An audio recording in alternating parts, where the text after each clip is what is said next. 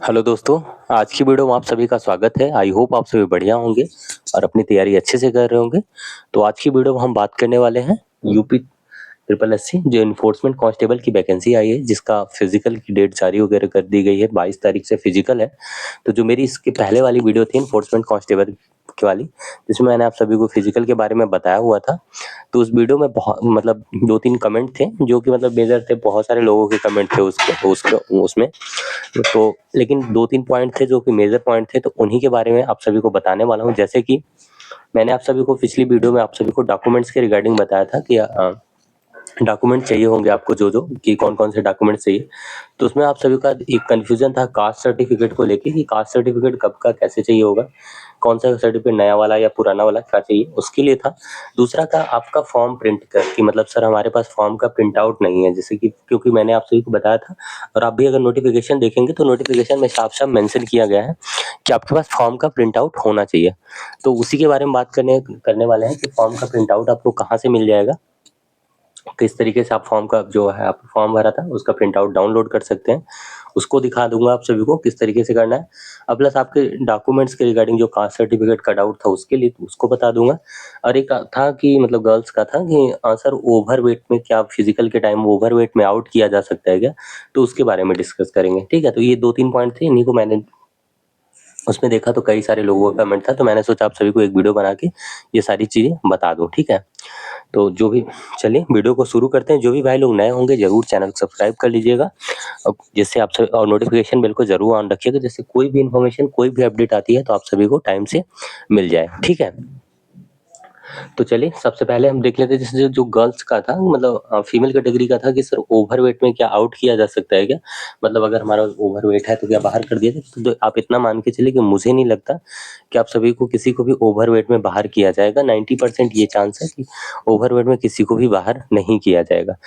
बाकी अगर आपका जैसे किसी का थोड़ा बहुत कम ज़्यादा वेट है तो आप कोशिश करिए कि उसको मतलब कवर कर लीजिए, यानी मतलब कम करने की कोशिश करिए। हालांकि देखो रनिंग है तो रनिंग आप कर ही रहे होगे, थोड़ा एक्स्ट्रा मेहनत कर दीजिए। 10 दिन अभी अभी टाइम है, 10 से 20 दिन का टाइम है आपके पास, तो आप आराम से थोड़ा वेट कम कर सकते हैं। बस हाँ, थोड़ा सा आपसे एक्स्ट्रा हार्ड वर्क कर लीजिए अगर हो सके, क्योंकि आप अगर सिलेक्शन लेना तो आप क्यों ही कोई पॉइंट छोड़ो ऐसा जिसकी वजह से हो मतलब आपको बाहर किया जा सके। और आप लेकिन मुझे जहाँ तक देखो अगर मेरी बात है वो जहाँ तक मुझे लगता है किसी को ओवर, क्योंकि देखो हमने यूपी पुलिस के फिजिकल के मतलब जो था उसका डीबीपीएसटी था, तो फिजिकल स्टैंडर्ड जो हुआ था तो उसमें जैसे किसी का गर्ल्स का अंडर वेट मतलब उसमें ओवर वेट का तो होता नहीं, अंडर वेट का रहता था जिसका कम वेट, तो उसको क्या करते थे कि मतलब जैसे जैकेट वगैरह पहना के फ़ोन वगैरह पॉकेट में रख के और भी कुछ इस तरीके से मतलब हो जाता था। ठीक है, तो आप इतना मान के चलिए कि ऐसे भी इसमें भी मतलब कुछ ना कुछ किसी न किसी तरीके से अब अंडरवेट दिखाई दिया जाएगा। किसी को मुझे नहीं लगता किसी को ओवरवेट में बाहर किया जाएगा।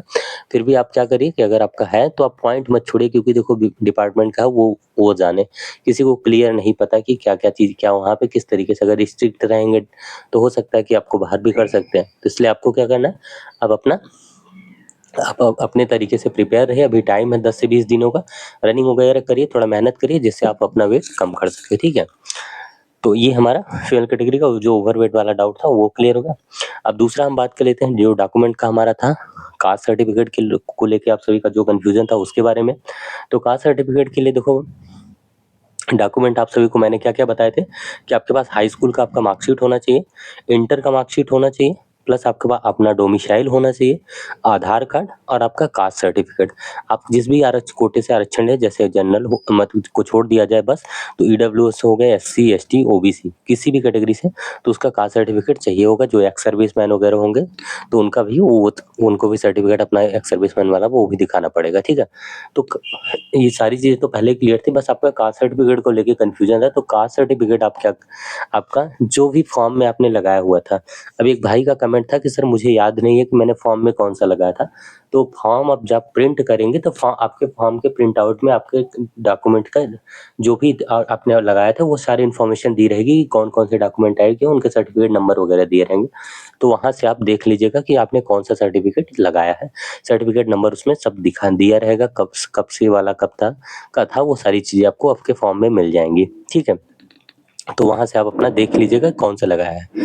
तो कास्ट सर्टिफिकेट जब आपने जो फॉर्म में लगाया है अपने, जो भी आपने लगाया था उसको ले लीजिएगा। अगर आपने अपडेट करा है, नया लिया है, बनवाया है, तो उसको भी कैरी करिएगा, ज़रूर साथ में रख लीजिएगा। अगर माँगा जाएगा तो वो भी दिखा दीजिएगा।